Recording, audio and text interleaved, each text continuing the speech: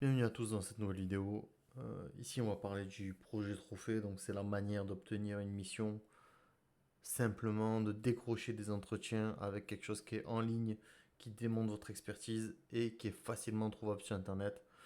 Donc, ça marche pour tout le monde. Ça marche pour les gens qui ont 1 à 3 ans, qui sont juniors, ceux qui sont intermédiaires, même ceux qui sont seniors. C'est Lucas, ça fait 10 ans que je suis dans le développement et ça fait à peu près 2 ans que j'accompagne les freelances dans l'augmentation de leur chiffre d'affaires et l'acquisition de nouveaux clients.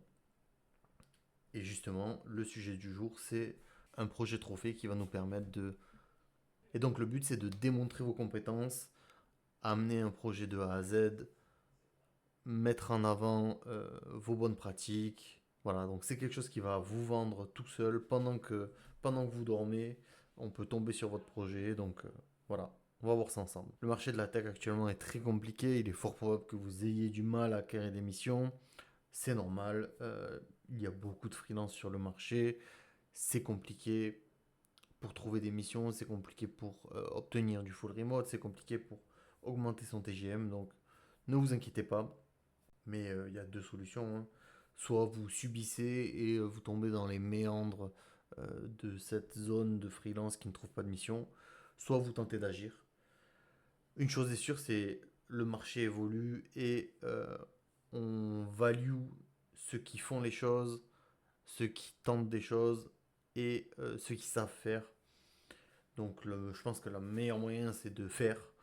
Et quelque chose à faire, surtout si vous ne trouvez pas de mission, c'est monter un projet trophée. Qu'est-ce que j'appelle un projet trophée? C'est un projet que vous allez agiter en entretien.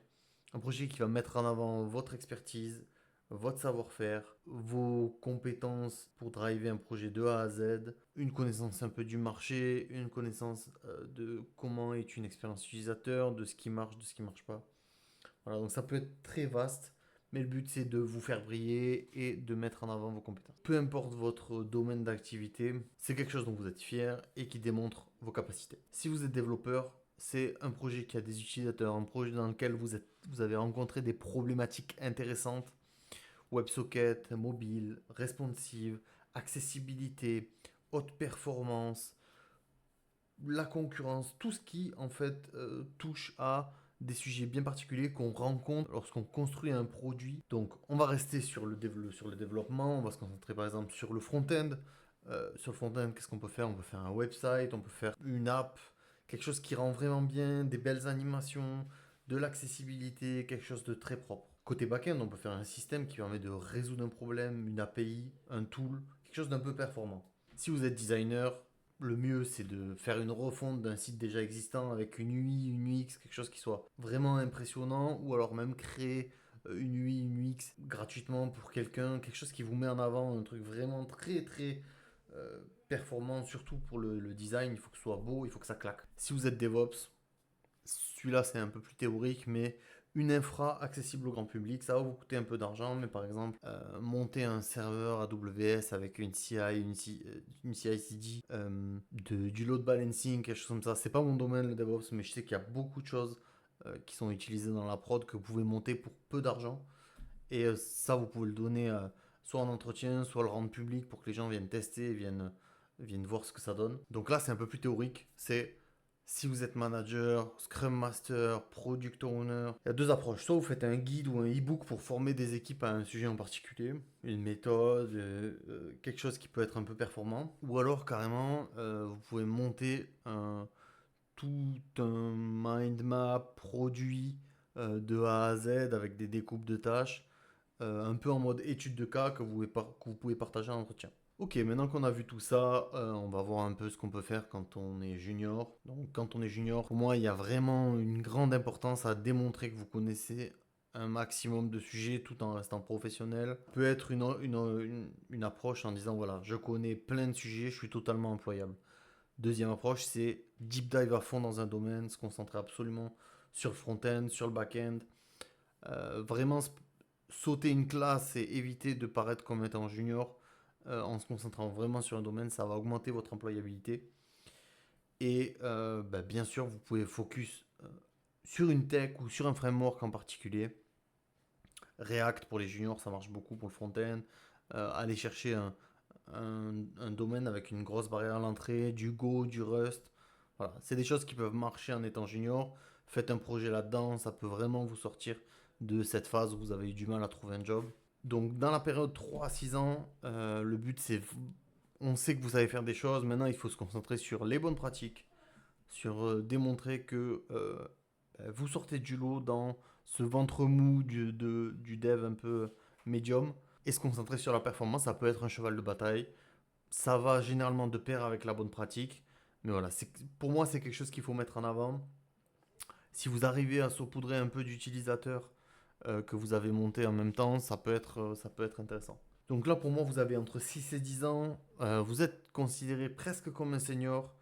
Voilà, ce qu'on va vous demander, c'est d'avoir des projets avec des utilisateurs, d'avoir des projets qui sont innovants. Si vous avez monté une équipe pour le réaliser, c'est encore mieux. Ça pourra soutenir des postes de lead, des postes de manager. Et pour moi, voilà, le but, c'est d'aller chercher des utilisateurs. Donc, comment est-ce qu'on va chercher des utilisateurs?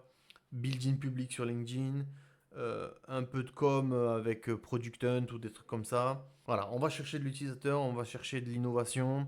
Il faut que ça pète, il faut que ça parle.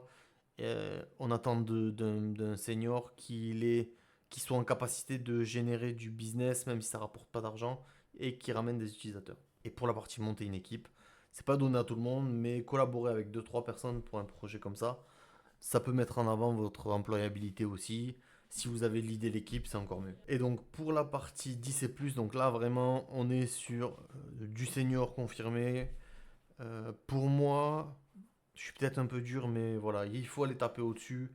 Il faut tenter un SaaS qui peut peut-être générer un peu d'argent, ou en tout cas générer de l'engouement, ou alors tenter une levée de fonds, ou se mettre en tête de monter une levée de fonds. Peut-être rejoindre une équipe early stage. Il faut savoir que le 10 et plus et le 6 et 10, on aurait pu les mettre dans une seule catégorie, mais pour moi, pour valider un profil, il faudrait vraiment qu'il y ait une success story, donc c'est un peu ce que je préconise.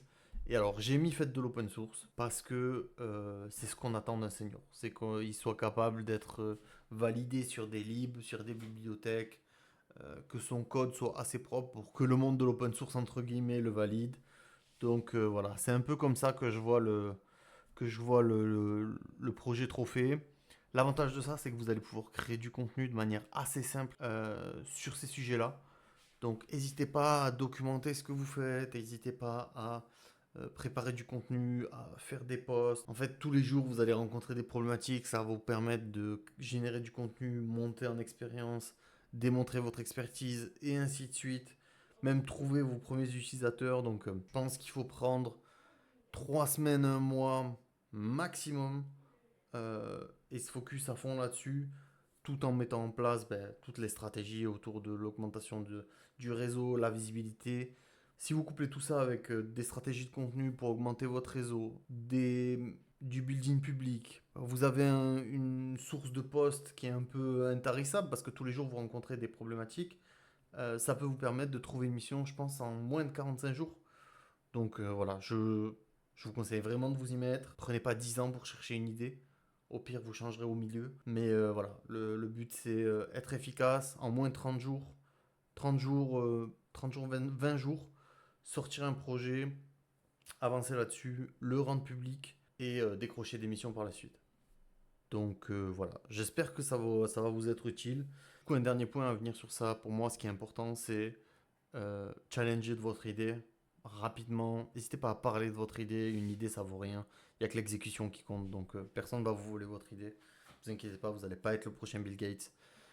Donc, parlez de votre idée en commentaire. N'hésitez pas à me taguer sur LinkedIn avec vos idées ou avec votre projet. Je vous donnerai un peu de force. Et puis voilà, je vous remercie d'avoir suivi jusque-là. Si ça vous a plu, n'hésitez pas à liker, à vous abonner. Il y a un lien en commentaire pour prendre un rendez-vous avec moi de 30 minutes de conseils offerts. C'est cadeau, c'est offert, n'hésitez pas. Et puis on se voit la prochaine fois pour un nouveau Value Asset. Salut!